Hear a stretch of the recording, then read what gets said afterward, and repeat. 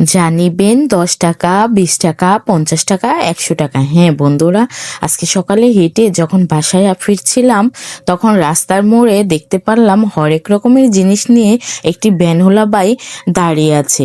আর ভ্যানওয়ালা ভাইকে রাস্তার মোড়ে দেখেই দৌড়ে গেলাম ভ্যানটির কাছে। গিয়ে দেখলাম হরেক রকমের জিনিস নিয়ে ভাইটি দাঁড়িয়ে আছে। আমার তো খুবই ভালো লেগেছে দেখে। আর মেয়ে মানুষ বলে কথা, লোভ সামলাতে পারলাম না, তাই একের পর এক জিনিস দেখতে লাগলাম।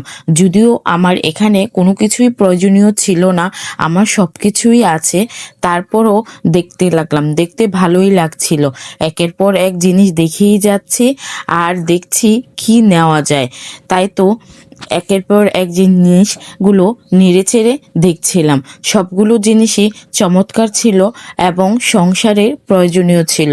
সব কিছুই আমার আছে, তারপরও অপ্রয়োজনীয় দরকারি চোখের নজরে ভালো লেগেছে তাই দাঁড়িয়েছিলাম।